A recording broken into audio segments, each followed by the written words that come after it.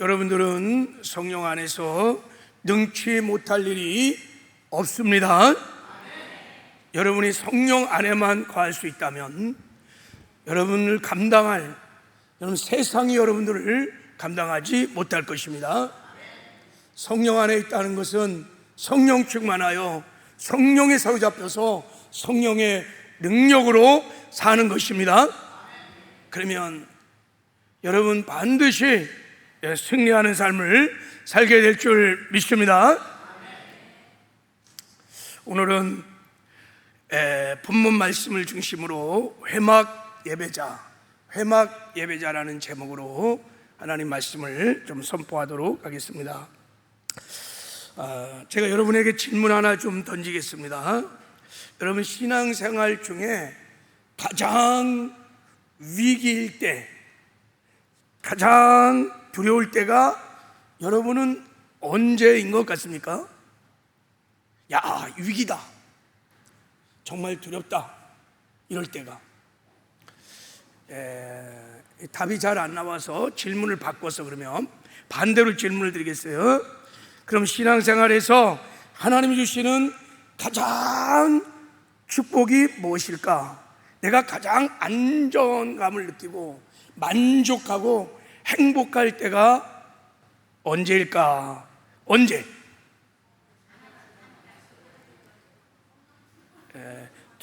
예? 할렐루야. 어디서 하나 들려오는데 하나님이 함께 하실 때입니다. 하나님의 임재가 느껴질 때 사람은, 우리 믿는 그리스도인들은 가장 안정감이 있습니다. 그리고 만족하고 기쁘고 그리고 행복합니다. 주님의 임재가 느껴질 때 정말 기쁘고 염려, 근심, 두려움이 다 사라집니다.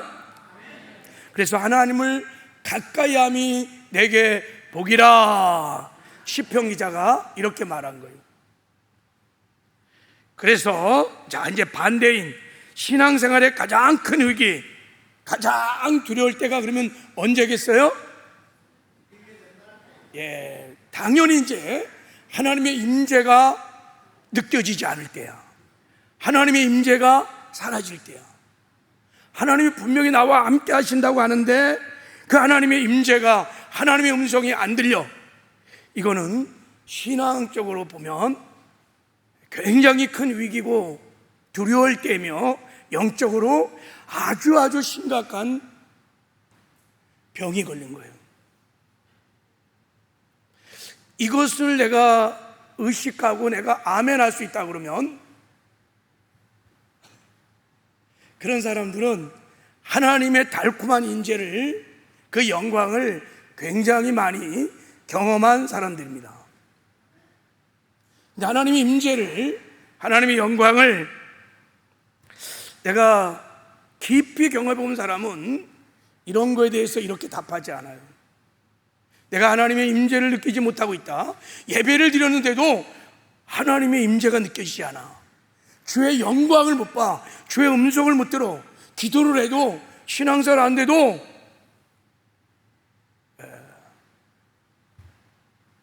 여러분 여기에 대해서 의식이 없으면 굉장히 여러분 영적인 갓난 아이거나 아니면 임재를 경험하지 못해서 그렇습니다. 우리가 주의 임재를 느끼지 못하는 것은 굉장한 위기 중에 위기예요. 사실 천국은 여러분 하나님이 함께하는 곳이 천국이에요. 할렐루야. 지옥은 사실은 하나님의 임재가 없는 게 지옥이에요. 그러니까 우리가 이 땅에 사는 동안도 우리가 하나님의 임재를 느끼지 못하면 생지옥 같은 지옥에 아마 분전쯤은 체험하며 살 수 있을 거예요. 제가 지난주에 말씀드렸죠. 다윗이 그래서 평생 동안 가장 두려웠던 것이 무엇이냐? 자, 다윗이 정말 두려웠던 것이 뭐냐면 시편 50편에 나옵니다. 나를 주 앞에서 쫓아내지 마시고 주의 성령을 내게서 거두지 마옵소서. 내 죄로 인하여 하나님의 임재가 사라지는 거예요. 주의 성령을 거둬가시는 거예요. 구약시대는 그럴 수 있죠. 성령이 내주하는 것이 아니었기 때문에 하나님의 임재가 사라지는 거예요. 다윗은 이것을 굉장히 두려워했습니다. 주의 임재가 사라지면 주의 구원의 즐거움이 사라집니다. 기쁨이, 평강이 막 사라지고 염려, 근심, 두려움이 막 밀려옵니다. 그리고 자원하는 심령이 다 사라집니다. 예배드리고 싶지 않고, 기도하고 싶지 않고, 헌신하고 싶지 않고, 찬양하고 싶지 않고. 그럼 어떻게 되는 거예요? 이제 종교적으로, 의무적으로, 기계적으로 하는 거예요. 그러니까 신앙생활이 굉장히 지겹습니다. 다윗은 이것을 너무너무 잘 알았어요. 왜요? 다윗은 어릴 때부터 목동 생활을 하면서 하나님과 깊은 교제를, 임재 깊은 곳에 거했던 사람입니다. 비록 어렸지만 다윗은 하나님의 영광을, 임재를 어릴 때부터 경험한 사람입니다. 그는 예배자입니다. 그래서 이 임재가 사라지는 것이 그렇게 들어왔기 때문에 다윗은 조금만 죄를 지면 바로 회개합니다. 그냥 찌르면 바로 아파져 갖고 잘못됐으나 하나님, 상한 심령으로 나갑니다. 하나님의 임재가 무엇인지를 알고 있기 때문입니다. 여러분, 이스라엘 역사 중에서 가장 참혹하고 고통스럽고 두려울 때가 언제였느냐? 두말할 것도 없이 사사기입니다. 영적 암흑기. 이스라엘 백성이 얼마나 많은 고통을 당했는지 몰라요. 그리고 사사기 중에서도 가장 말기 때, 사사기 말기 때가 가장 고통을 때, 엘리 제사장이 제사장으로 있을 때 죄악이 온 세상에 창궐했습니다. 제사장의 아들들도 성전에서 막 간음을 하고 제사를 무시하고 온갖 악행을 저지했어요. 모든 사람들이 자기의 소견에 옳은 대로 말하고 옳은 대로 행동하는 무법천지. 성경은 그때를 이가봇이라 그래요. 하나님의 영광이 떠날 때였어요. 이스라엘 백성 가운데 법궤를 들고 가서 싸우는데도 하나님이 함께하지 않아. 가는 것마다 백전백패. 작은 이방인에게 막 벌벌벌벌 선민이 떠는, 두려워하는 시대가 사사기 말기였어요. 왜요? 하나님의 임재가, 하나님의 영광이 사라졌기 때문입니다. 여러분, 예수님의 공생의 기간 동안에 예수님이 정말 고통스러워하며 괴로워할 때가 있었습니다. 그때가 언제냐? 마태복음 27장 45절에 보면 제6시로부터 온 땅에 어둠이 임하여 제9시까지 계속되더니 6시부터 9시까지 3시간이 지난 동안 지륵 같은 어둠이 온 땅을 덮고 있었습니다. 이 어둠은 예수님이 십자가에 못 박혀 죽을 때 이 온 땅을 덮었던 어둠은 예수님이 빛 대신 하나님부터 분리되는, 단절되는 것을 예표하고 있습니다. 그때 예수님께서 십자가에 달리셔서 이렇게 말했습니다. 크게 소리질러 엘리 엘리 라마 사박다니, 이는 곧 나의 하나님 나의 하나님 어찌하여 나를 버리시나이까. 아들이신 성부 하나님께서 아버지여 아버지여 어찌하여 나를 버리시나이까. 우리의 모든 죄악을 다 짊어지시고 우리 죄 때문에 하나님 아버지로부터 버림을 받는 순간, 아버지의 임재가 사라지는 순간, 하나님과의 관계가 깨지는 순간 얼마나 고통이 있었는지 예수님이 아버지를 부르면서 어찌하여 나를 버리시나이까 하고 고통스러워했습니다. 여러분, 예수님은요 천국에서 오신 분이십니다. 하나님 아버지의 완전한 임재와 완전한 영광을 저 창세전부터 누렸던 분이십니다. 그 영광에서 떨어지는 순간 비록 작은 시간이지만 얼마나 그것이 고통스러웠는지. 여러분, 하나님이 함께하지 않는 것, 동행하지 않은 것, 임재가 사라지는 것, 이것은 우리 그리스도인들에게 있어서는 너무너무 슬픈 일이요, 정말 두려운 일이요, 재앙이요, 저주 그 자체입니다. 반대로 하나님 우리와 함께하는 것이 임마누엘이 최고의 영광이요, 최고의 종교, 최고의 축복인 줄 믿습니다. 하나님의 임재가 사라지는 이 위기가 재앙이었는데, 바로 지금 이스라엘 백성들이 이런 위기를 직면하고 있습니다. 하나님이 당신이 택한 백성을 향해서 이렇게 말을 했어요. 자, 출애굽 33장 3절을 한번 읽어보겠습니다. 시작. 너희를 적과 꾸리는 땅에 이르게 하려니와 나는 너희와 함께 올라가지 아니하리니 너희는 목이 곧은 백성인즉 내가 길에서 너희를 진멸할까 염려함이라 하시니, 내가 너희와 함께 올라가지 않으리라. 광야를 지나 가나안 땅으로 가는 것, 하나님이 동행하지 않는다는 거예요. 그래서 공동체에 하나님 임재가 사라졌습니다. 그들을 지금까지 인도했던 구름 기둥이 사라졌어요. 어마어마한 위기가 이 공동체에 왔습니다. 왜 이런 위기가 왔냐면, 자, 오늘 수요예배 처음 오신 분들 때문에 제가 지난 스토리를 잠깐 설명할게요. 이스라엘 백성이 출애굽해서 호렙산 시내산에 왔을 때 하나님께서 모세를 시내산으로 불렀어요. 십계명을 주려고. 근데 모세가 하늘에 시내산에 올라갔는데 40일 넘는데도 내려오질 않는 거예요. 그래서 이스라엘 백성이 두려운 가운데 금송아지를 만들었어. 우리를 인도할 신을 만들라. 그래갖고 금송아지를 만들어갖고, 이게 우리를 애굽에서 인도한 신이라고 그러면서 그 앞에서 막 제사를 지고 광란의 춤을 추면서 우상을 막 숭배했을 때 하나님이 진노하셔서 내가 이 민족을 싹 쓸어버리라, 진멸하리라, 이렇게 말했어요. 싹 죽여버린다는 거예요. 그리고 모세 너를 통해서 나라를 새롭게 만들겠다고 선언을 하셨어요. 그때 모세가 그 하나님의 진노의 말씀을 듣고 막 나가서 중보기도를, 생명을 건 중보기도를 2번 합니다. 하나님, 당신의 택한 백성입니다. 불쌍히 여겨주세요. 주의 이름을 위하여, 주의 영광을 위하여 살려주십시오, 살려주십시오. 막 기도하니 하나님이 모세의 중보기도를 드리고, 죽인다는 것은 거두십니다. 진멸하지 않는. 그렇지만 죄가 사해진 건 아니에요.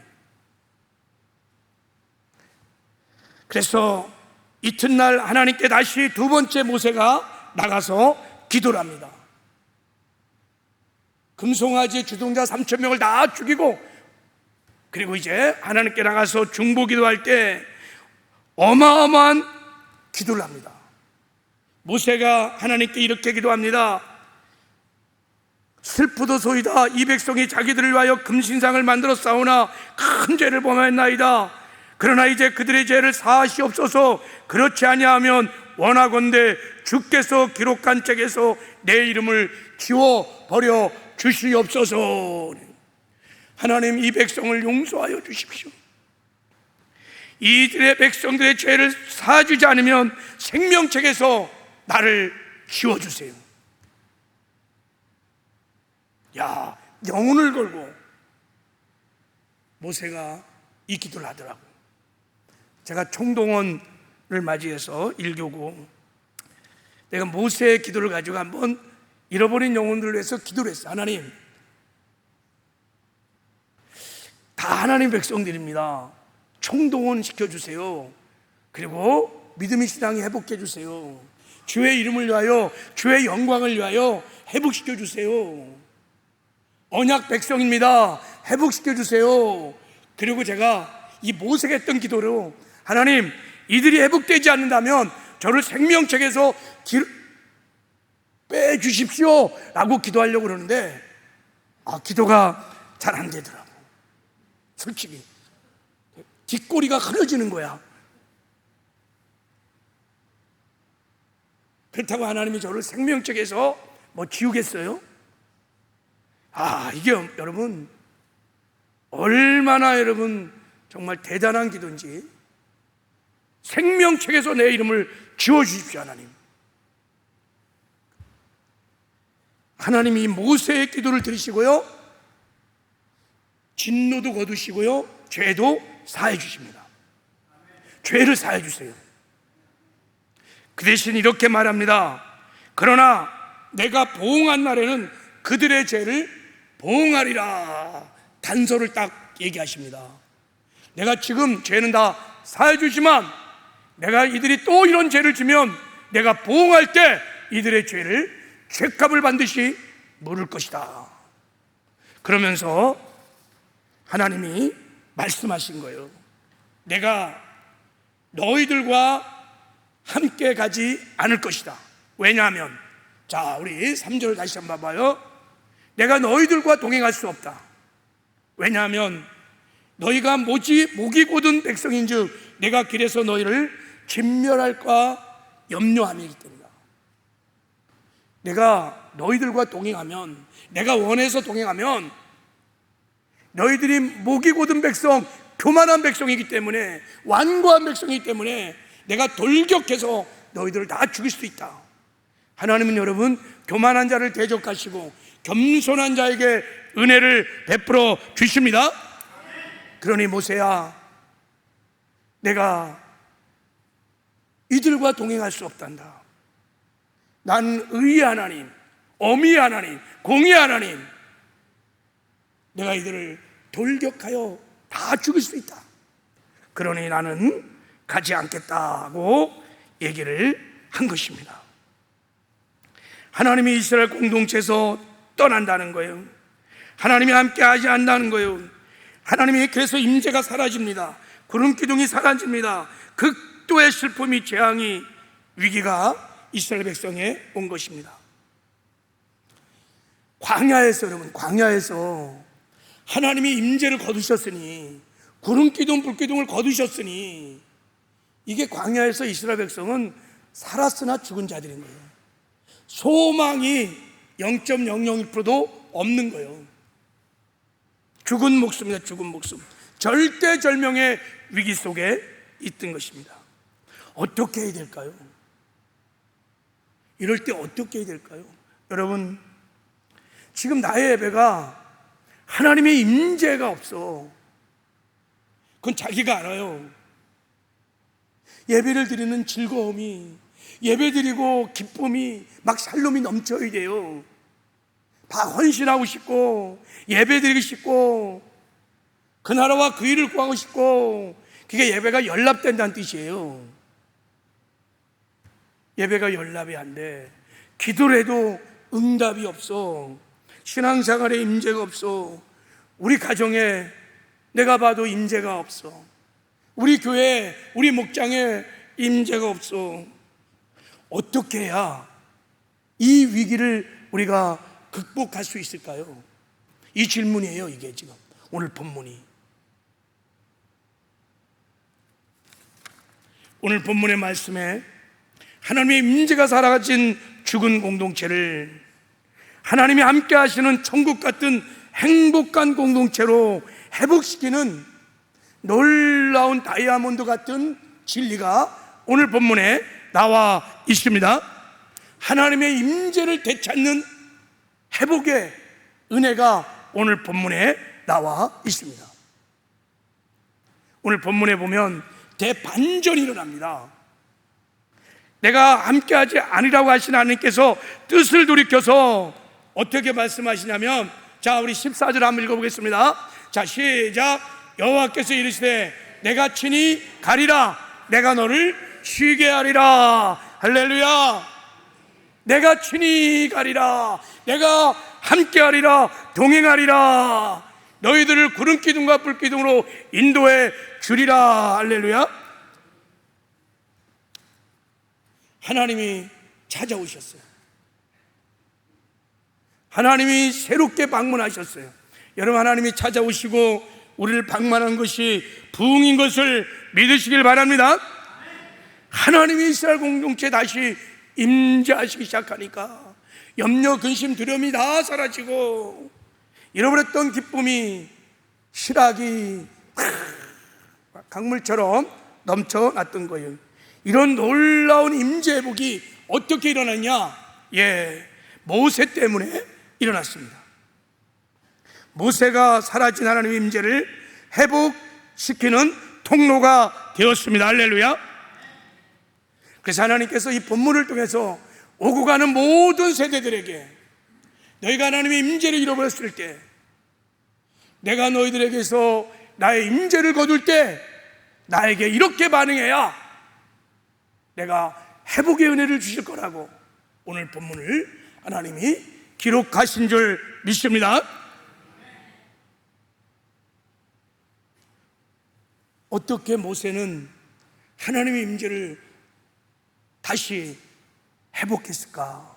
자, 첫 번째, 모세는 하나님의 임재를 사모하며 갈망했습니다. 모세가 하나님의 임재를 경험한 사람이기 때문입니다. 모세는 하나님의 임재를 생명보다 귀하게 여길 줄 아는 사람이었습니다. 이스라엘 200만 공동체에서 유일하게 모세만이 하나님의 임재를 생명보다 귀하게 여기는 하나님의 사람이었습니다. 하나님이 함께하지 않은 공동체, 하나님이 함께하지 않은 광야길, 하나님이 함께하지 않은 약속의 땅 가나안, 아무 의미가 없었어. 모세에게는 하나님이 함께하지 않은 예배, 하나님의 임재가 없는 기도, 아무 의미가 모세에게는 없었습니다. 모세는 하나님 없이 사는 삶이 얼마나 불행한 것인지, 이게 얼마나 저주인지 모세는 잘 알던 사람입니다. 왜냐하면 모세 하나님의 셰카이나 깊은 곳에 나아갔던 사람입니다. 지성소, 지존자의 은밀한 곳까지 나가서 그의 영광을 목도했던 분입니다. 얼마나 임재와 영광이 달콤하고 아름답고 그것이 얼마나 좋은 것인지를 모세는 알고 있었습니다. 그래서 하나님의 임재를 사모하며 하나님께 나아가기로 결단을 합니다. 모세에게 이런 거룩한 부담이 있었습니다.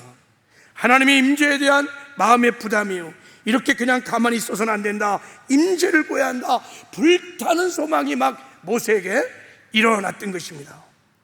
지금도 여러분, 하나님의 임재를 갈망하고 사모하는 자들을 통해서 죽었던 공동체에 하나님의 임재가, 하나님의 영광이 회복되는 은혜가 임할 줄 믿습니다.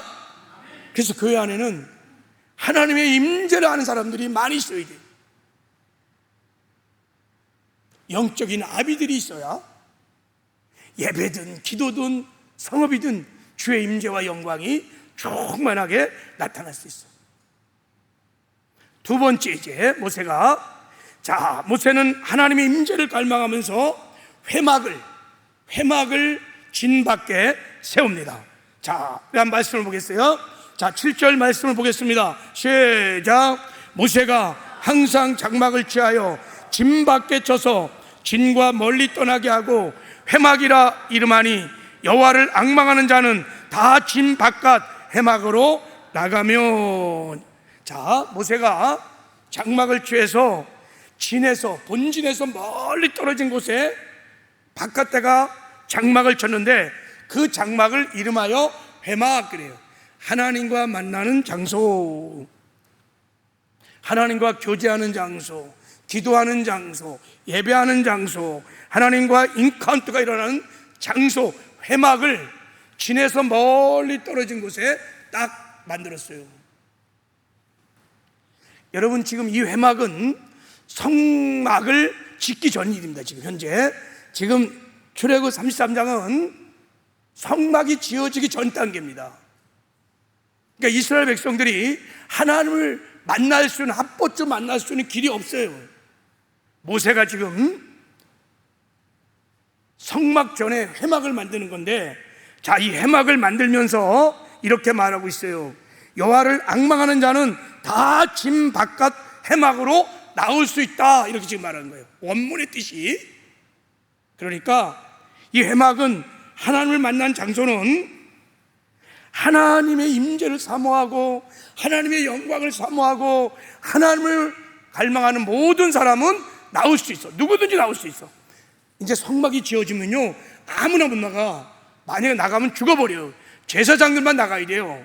근데 지금 성막이 만들어지기 전에 모세가 짐 받겠다 만든 회막은 하나님을 사랑하고 하나님을 갈망하는 사람들은 다 나올 수 있도록 그렇게 회막을 만들었다는 뜻입니다. 지금 할렐루야. 회막의 의미를 이해하시겠어요? 네. 텐트 오브 미팅, 하나님과의 만나는 장소야. 자, 근데 왜 백성들이 모여있는 진지 중앙에 만들지 않고 진에서 멀리 떨어진 곳에 만들었을까? 그것은 뭐 두말할 것도 없이 이미 진지는 금송아지 사건으로 부정해졌어요. 더럽혀졌어요. 그런 곳에 하나님이 임재할 수 없어요. 그래서 모세는 의도적으로 진에서 멀리 떠나서 진 바깥에다가 하나님을 만나는 회막을 설치한 겁니다. 이것은 모세가 회막을 구별하여 거룩하게 성결시키고 있는 거예요. 이제 우리는 부정에서 벗어나 거룩해야 한다는 거예요. 이 죄악의 분위기에서 벗어나 거룩해야 한다는 거예요. 지금까지 해온 대로 우리의 생각, 이렇게 하면 안 된다는 거예요. 하나님은 거룩하니 우리도 거룩해야 한다. 지금 모세가 거룩함을 향하여 의도적으로 짐 받겠다가 회막을 만들므로 거룩을 지금 결단한 것입니다. 그렇습니다. 하나님 임재를 회복하는 길은, 공동체의 부흥을 가져오는 길은 내가 먼저 거룩하게 구별하면서 시작되는 것입니다. 내 마음을 거룩하게 구별해야 합니다. 내 몸을 거룩하게 구별해야 합니다. 내 시간을 거룩하게 구별해야 합니다. 종전했던 대로 그 마음 그 생각으로는 안 됩니다. 내가 새벽 시간을 거룩하게 구별하여 하나님께 나아가리라. 내 몸을 구별하여 하나님께 드리리라. 헌신. 하나님의 임재를 정말 원한다면 대가를 지불해야 합니다. 하나님은 희생 제물이 없이는 임재하지 않습니다. 반드시 대가를 지불하고 희생을 하셔야, 헌신을 해야 하나님이 그 거룩한 그 여러분 피의 제물을 받으시고 임재하십니다. 할렐루야. 모세가 그렇게 구별시켰다는 거예요. 그리고 이제 세 번째, 모세가 자, 하나님을 만나기 위해 해막으로 나갑니다. 해막으로 나갑니다. 그래서 해막에 나가서 하나님의 임재를 구하는 기도를, 하나님의 얼굴을 구하는 예배를 드리기 시작합니다. 할렐루야. 자, 7절에 보면 이렇게 말하고 있습니다. 자, 우리 7절 다시 한 번만 봐요. 자, 모세가, 자, 한번 읽어보겠습니다. 시작. 모세가 항상 장막을 취하여 진 밖에 쳐서 진과 멀리 떠나게 하고 회막이라 이름하니 여호와를 앙망한 자는 다 진 바깥 회막으로 나아가며 그랬습니다. 여기 항상이란 말이 중요해요.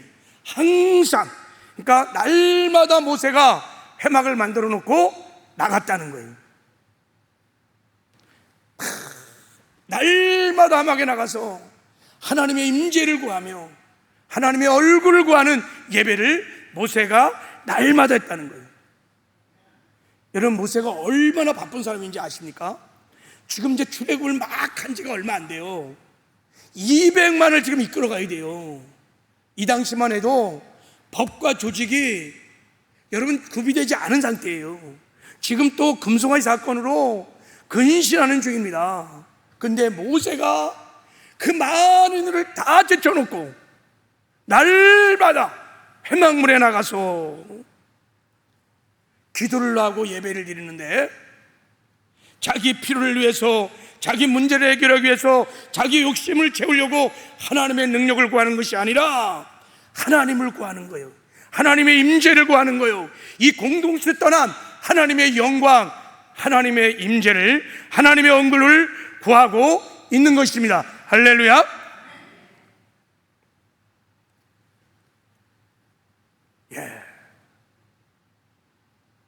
그때 모세가 해막에서 하나님의 얼굴을 구할 때 하나님이 놀라운 기적을 베풀어 주십니다. 자, 9절을 한번 읽어보겠습니다. 시작. 모세가 해막에 들어갈 때 구름 기둥이 내려 해막문에 서며 여호와께서 모세와 말씀하시니, 드디어 모세가 해막에 들어갈 때 구름 기둥이 임했어요. 구름 기둥은 하나님이 함께 한다는 임재 상징이에요. 해막문 앞에 구름 기둥이, 그리고 하나님이 친구를 대하듯이 하나님이 모세를 대면하면서 모세와 대화가 일어난 거예요. 야, 모세 해막에 구름 기둥이 내려왔어요. 하나님의 임재가 임한 것입니다. 하나님이 임재를 구하는 모세의 해막 예배를 받으시고 그 예배를 보좌 삼고 임하신 것입니다. 그리고 하나님의 영광을 나타내 주신 것입니다. 모세의 예배가 연락되고 하나님의 음성도 들었던 것입니다. 여러분, 여기서 우린 중요한 진리를 하나 깨닫게 됩니다. 하나님의 얼굴을 구하는 모세 예배가 하늘문을 연 겁니다. 하나님의 손이 아닌 하나님의 얼굴을 구하는 예배자가 있는 곳마다 하늘문이 열리는 것을 믿으시기 바랍니다. 하나님의 쉐카나 영광이 나타나게 되어 있습니다. 그래서 다윗이 예배자입니다. 하나님이 다윗의 예배를 그렇게 기뻐하셨습니다. 다윗은 예배를 아는 사람입니다. 그래서 다윗이 예배 교본이라고 하는 시편 24편을 썼습니다. 그때 이렇게 말하죠. 자, 우리 한번 읽어보겠습니다. 시작. 이는 여호와를 찾는 족속이요 야곱의 하나님의 얼굴을 구하는 자로다. 문들아 너희 문을 들을지어다. 영원한 문들아 들릴지어다. 영광양이 들어가시는도다. 하나님의 얼굴을 구하는 예배자들이 하나님의 영광, 하나님이 들어오는 문이라는 거예요. 문.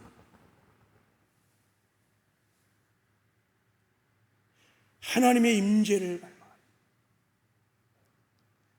하나님의 영광을 구하는, 하나님의 얼굴을 구하는 예배자를 하나님은 통로 삼고 임재하셔서 당신의 쉐칸의 영광을 나타내 주십니다. 할렐루야.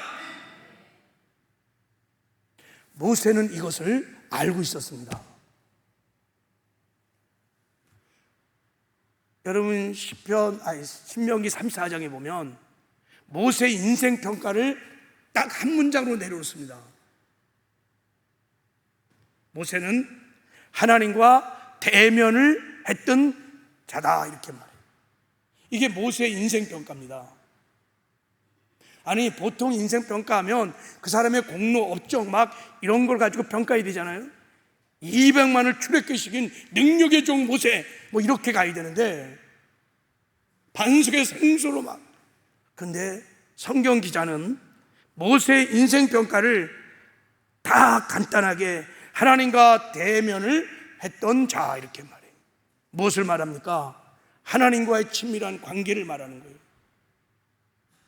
여러분, 우리의 인생을 평가할 때 하나님은 내가 얼마나 돈을 많이 벌었는지, 얼마나 많은 공로를 했는지, 얼마나 많은 업적을 쌓았는지 그런 거 묻지 않으실 겁니다. 그건 우리 힘으로 한 것이 아니에요. 나와 함께 하시는 하나님의 은혜로 한 것입니다. 할렐루야. 하나님 우리에게 물을 겁니다.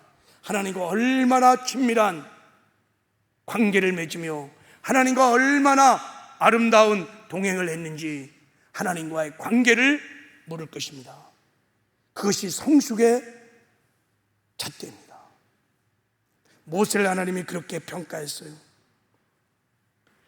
모세가 여러분 얼마나 하나님이 기뻐하는 예배자였겠어요. 그 친밀한 교제에서 하나님을 알았어요.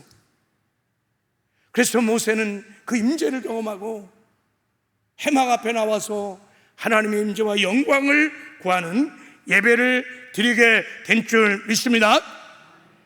예, 하나님을 아는 자들이 예배를 여러분 잘 드립니다. 내가 하나님을 아는 만큼 하나님께 기쁨이 되는 예배를 드릴 수 있습니다.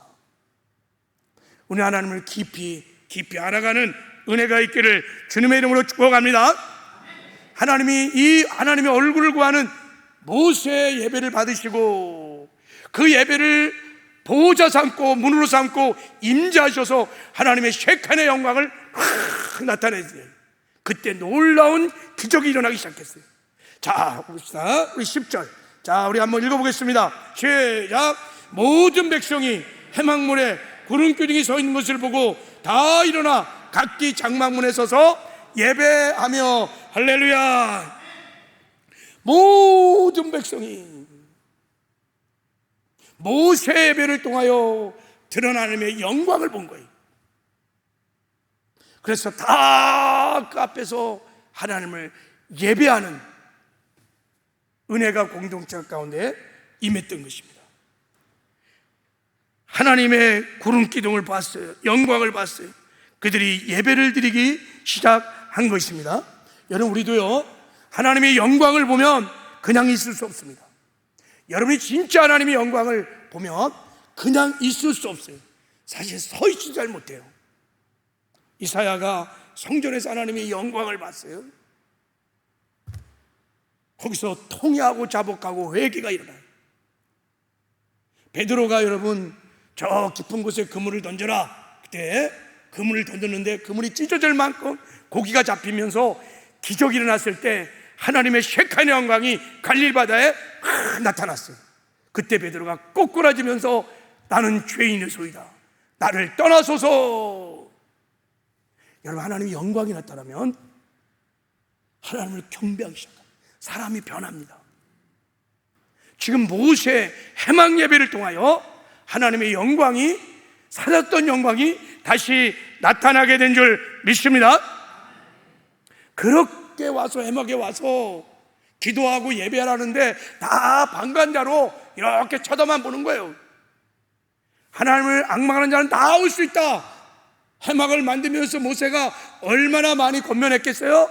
다 그냥 쳐다만 보다가 모세 예배를 통해 드러난 하나님의 영광을 보고 그들이 하나님 앞에 나가 두렵고 떨림으로 하나님을 예배하는 이스라엘 공동체가 완전히 회복되는 놀라운 은혜가 임한 줄 믿습니다.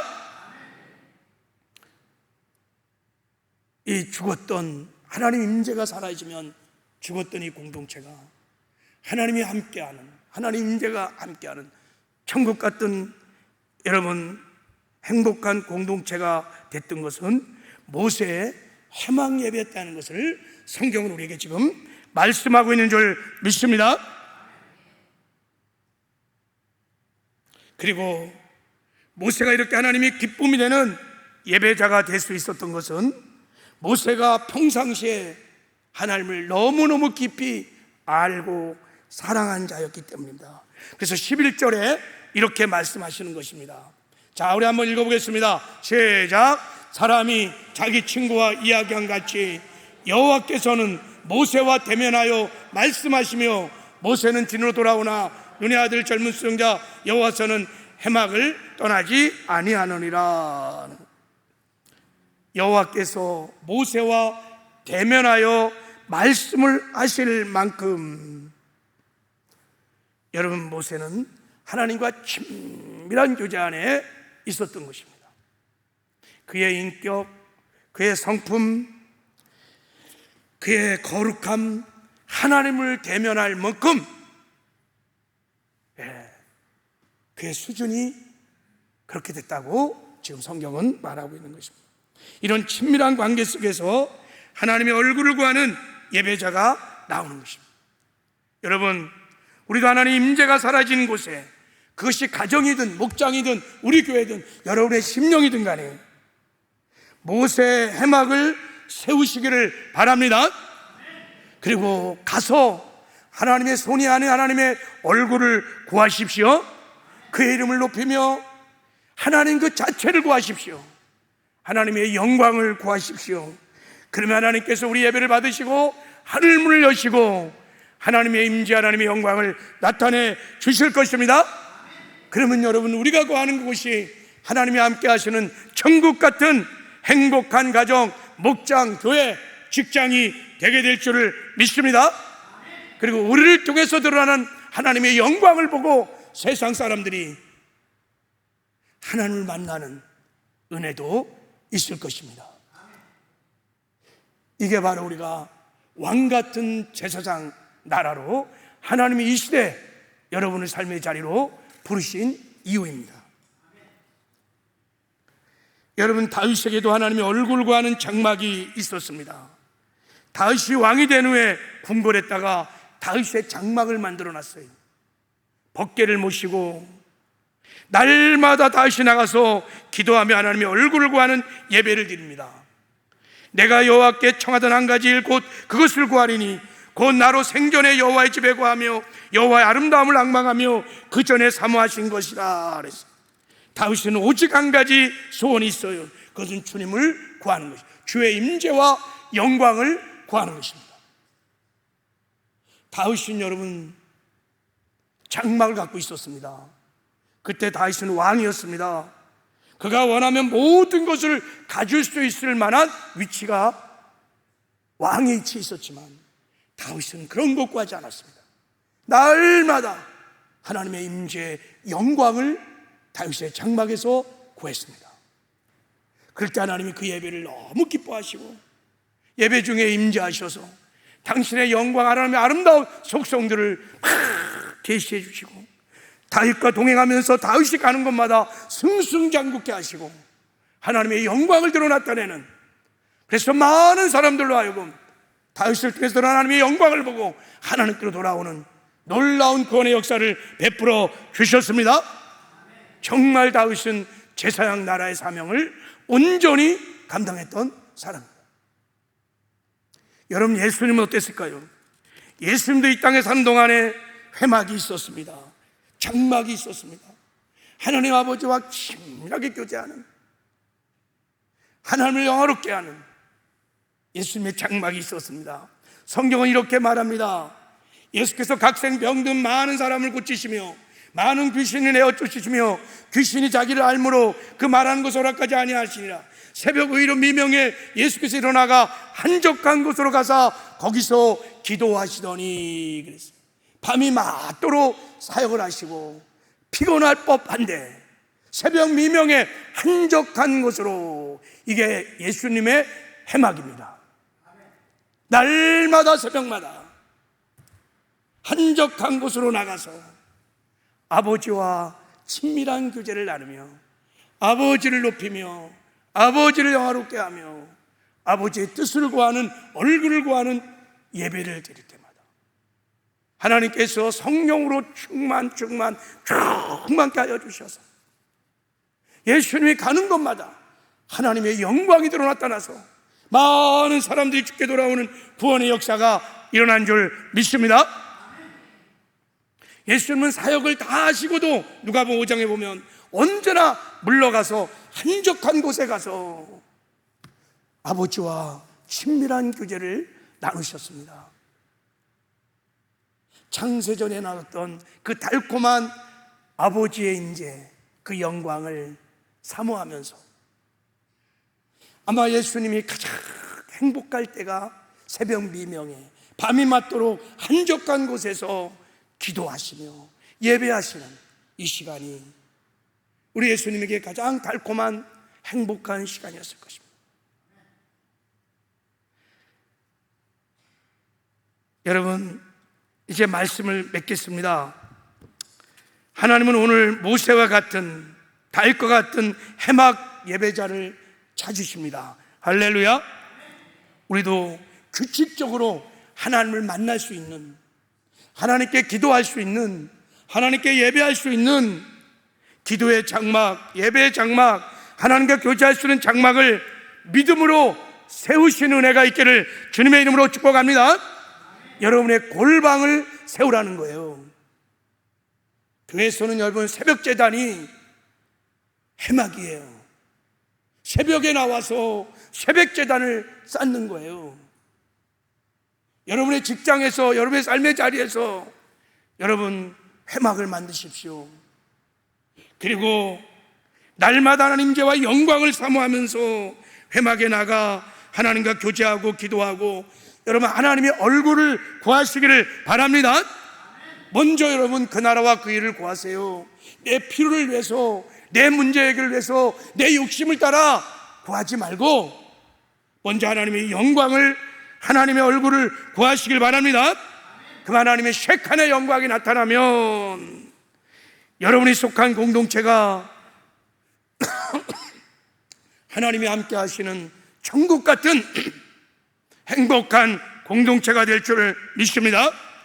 그리고 여러분이 만나는 사람들이 여러분을 뜻으로 하는 예수의 향기, 그 영광, 주의 인격과 성품을 보고 하나님께로 돌아오는 구원의 역사도 일어나게 될 줄을 믿습니다. 그렇게 그 나라와 그 일을 구하면 이 모든 것을 더하신 하나님의 은혜가 직장에, 생업에, 사업장에, 가정에, 우리의 삶에 임하는 것을 믿으시기를 바랍니다. 이런 삶을 살아내시기를 주님의 이름으로 축복합니다. 할렐루야.